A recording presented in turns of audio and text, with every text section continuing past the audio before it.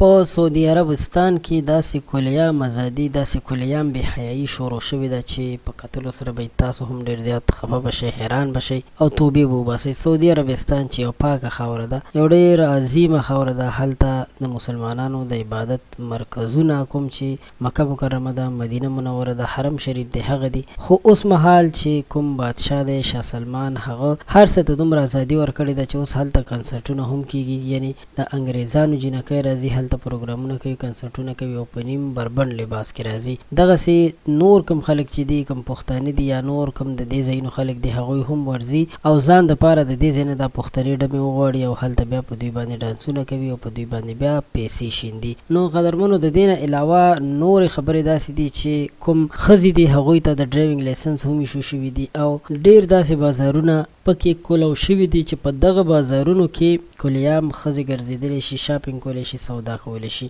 دوستانو، زمونږ د ویډیو مقصد دا و چې که موږ تاسو وګورو نو دا کومې نشانې چې دي دا بالکل داسې دي لکه آخرت یا قیامت چې نږدې شوی وي. نو الله پاک دې زموږ ستاسو ایمان مضبوط او سالم وساتي. یقینا چې اخره زمانه کې به خلک د حرام او حلال ترمنځ تمیز نه کوي او هر سړی به دا کوشش کوي چې بې حیایي وکړي، فحاشي وکړي او په یو نه یو طریقه باندې پیسې وګټي. په سعودي عربستان کې هم دا اوس دغه حال شروع دی. د یورپي ملکونو نه پیسې هم اخیستې دي او هلته لګیا دي، انویسټمنټ شروع دي، داسې هوټلونه داسې پروګرامونه شروع کړي دي چې په کتلو باندې ورته موږ هم ډېر زیات حیران شو. الله پاک دې دغه خلکو ته هم هدایت نصیب کړي چې داسې بې حیایي پرېږدي او الله پاک دې موږ تاسو ته هم هدایت را په برخه کړي چې دغسې غلط کارونه بې حیایي زموږ د لاسو غونونه شي. د ویډیو د کتلو مو ډېره مننه.